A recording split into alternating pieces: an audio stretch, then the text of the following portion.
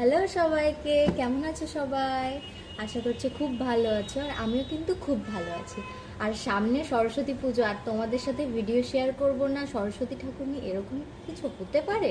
দেবশ্রী কিন্তু তোমাদের জন্য সবসময় অ্যাক্টিভ, সব সময় যা আপডেট থাকবে, যখন যা পুজো থাকবে সেটা নিয়ে অবশ্যই তোমাদেরকে ভিডিও শেয়ার করে দেবে।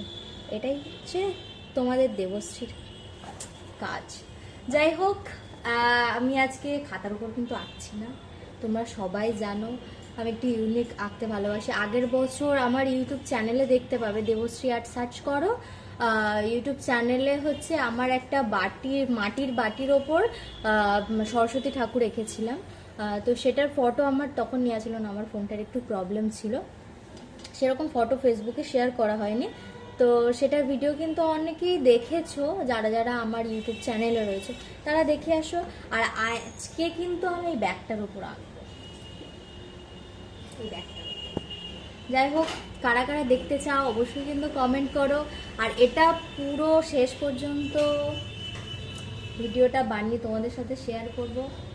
আজকে এই একজন আছেন, ম্যাডাম, কালকে কমেন্ট করছিল লাইভে বসে বসে।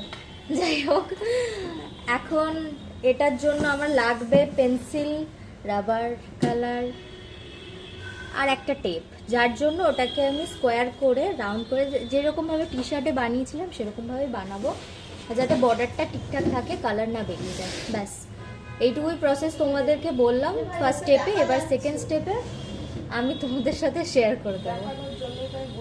টাটা। চলো এটা কিভাবে বানাই সেটাই তোমাদের দেখার।